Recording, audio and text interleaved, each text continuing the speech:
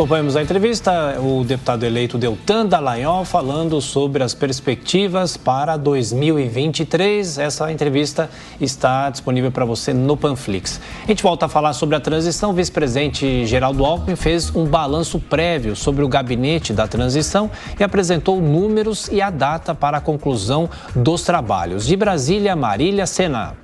Na próxima segunda-feira, os calendários devem ser concluídos, segundo o vice-presidente eleito e coordenador do Grupo de Transição, Geraldo Alckmin. Na terça-feira, dia 13, o grupo vai apresentar o relatório final dos trabalhos com informações relevantes para os primeiros meses do terceiro mandato de Lula. O vice-presidente eleito, Geraldo Alckmin, elogiou o curso dos trabalhos. Foi a mais participativa e a mais econômica. De 50 cargos, apenas 22 foram nomeados. O calendário, na segunda-feira, ela praticamente encerra, nós teremos os relatórios finais e na terça o agradecimento. Então ela praticamente encerra no dia 13. Segundo Alckmin, os 32 grupos de trabalho solicitaram 180 requerimentos ao governo do presidente Jair Bolsonaro para mapear a situação de cada setor. O vice-presidente eleito especificou os principais pontos do futuro relatório.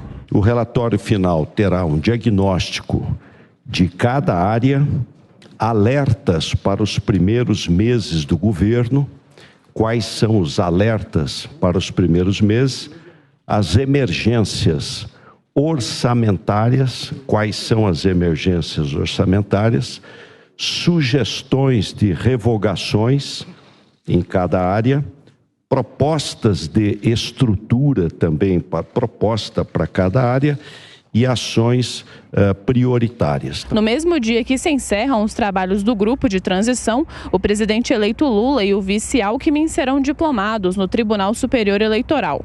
A cerimônia é simbólica e formaliza a vitória dos eleitos para o Palácio do Planalto. Bom, falando mais sobre a transição, para comentar as notícias do dia nesse sábado, a gente recebe ele, José Maria Trindade. Zé Maria, salve! Ontem já tivemos os anúncios dos primeiros nomes que vão compor o governo e agora o vice-eleito Geraldo Alckmin falando sobre esse fim dos trabalhos. Como é que você vem acompanhando essa transição, que não é a primeira que você acompanha, Zé Maria? Bem-vindo. Não é a primeira não, mas é assim mesmo. Muito bom dia, salve Tiago, muito bom dia a você que nos acompanha aqui no Jornal da Manhã. Olha, esta equipe de transição coletou dados do governo e foram ofertados todos os dados, né? Projetos, verbas, o material humano, tudo que se faz para a equipe de transição. E ela prepara um documento, Tiago, para criticar pesadamente o governo do presidente Jair Bolsonaro. Esta é a estratégia e o presidente eleito Luiz Inácio Lula da Silva vai ficar com esse relatório nas mãos para comparar o governo. E é bom mesmo que ele fique, porque se houver comparação lá na frente, nós vamos ver que o presidente Jair Bolsonaro deixou uma herança boa, né? Números positivos na economia, o Brasil foi, de certa forma, aberto, né? Colocou-se mais transparente, houve também uma possibilidade muito boa de se ter um relacionamento mais liberal, né? O Paulo Guedes acabou com vários chiqueirinhos, como ele dizia, né? no governo federal. Aquela história de apresentar dificuldades para vender facilidades. Quanto mais complexo é o governo, mais corrupção. Esta é a realidade. E esse processo de transição, ele é normal na medida que faz com que o governo que chega, né, tome conhecimento de dados e é por isso que se nomeia até 50 integrantes. E esses dados só podem ser ofertados a servidores públicos. E é por isso que eles são contratados já como servidores públicos. Essa transição era uma mera, vamos dizer, uma mera relação entre os dois presidentes. E aí depois houve por bem fazer uma lei, e é uma lei que obriga e regulamenta, né, essa transição. Agora, o que assusta mesmo é a qualidade dos novos ministros indicados pelo presidente eleito.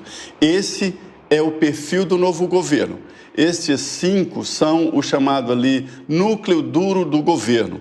Rui Costa, o governador da Bahia, é que vai dar as cartas. Lula tem essa característica de delegar, né? O ministro-chefe da Casa Civil do governo Lula é uma espécie de primeiro-ministro. Lida diretamente com o Congresso Nacional, com os governadores estaduais, prefeitos e principalmente com a máquina interna. Tem o poder, inclusive, de chamar ministros para reunião e puxar orelhas, viu? É muito poder, né, Tiago?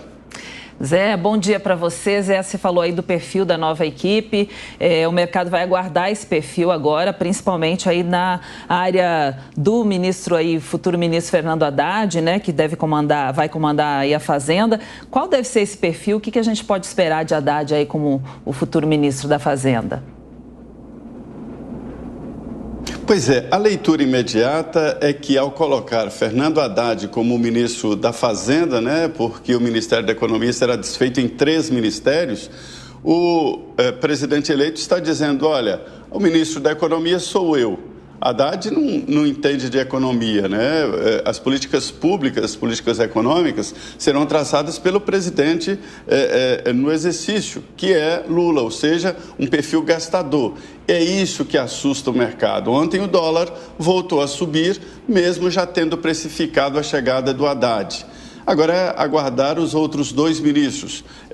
Há uma expectativa ali de nomeação para o Ministério do Planejamento. Ainda não há confirmação e eu nem vou ficar falando de nomes aqui.